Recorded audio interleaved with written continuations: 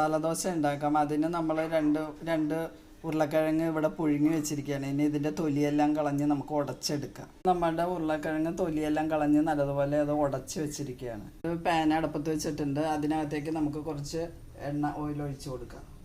ചൂടായി വന്നിട്ടുണ്ട്. അതിനകത്തേക്ക് നമുക്ക് കുറച്ച് കടുക് ഇട്ട് കൊടുക്കാം. ഈ കടുക് പൊട്ടട്ടെ.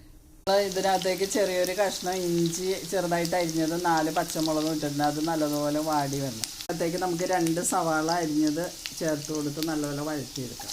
നമുക്ക് കുറച്ച് വേപ്പില ഇട്ട് കൊടുക്കാം. കുറച്ച് ഉപ്പും കൂടെ ഇട്ട് കൊടുത്ത് നല്ലപോലെ വഴറ്റിയെടുക്കാം. നമ്മൾ ഇതിനകത്തേക്ക് മഞ്ഞൾപ്പൊടി ഇട്ട് കുറച്ച് വെള്ളം ഒഴിച്ചിട്ടുണ്ട്. ഇനി അത് തിളച്ച് വരണം. നമുക്കിത് പൊടിച്ച് വെച്ചിരിക്കുന്ന ഉരുളക്കിഴങ്ങ് ഇതിനകത്തേക്ക് ഇട്ട് നല്ലതുപോലെ ഇളക്കിയെടുക്കാം. നമ്മുടെ മസാല ദോശയ്ക്കുള്ള മസാല ഇവിടെ റെഡി ആയിരിക്കുകയാണെങ്കിൽ നമുക്ക് ദോശ ഉണ്ടാക്കാം. നമ്മൾ ദോശക്കല്ല് അടുപ്പത്ത് വെച്ചിട്ടുണ്ട്. അതിനകത്തേക്ക് നമുക്ക് മാവ് ഒഴിച്ച് നല്ലതുപോലെ പരത്തിയെടുക്കാം.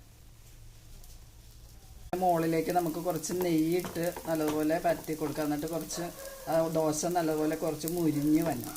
ദോശ ഇവിടെ മുരിഞ്ഞ് വന്നിട്ടുണ്ട്. ഇനി നമുക്ക് ഈ മസാല അതിൻ്റെ നടുക്ക് ഇങ്ങനെ വെച്ച് കൊടുക്കാം. മടക്കി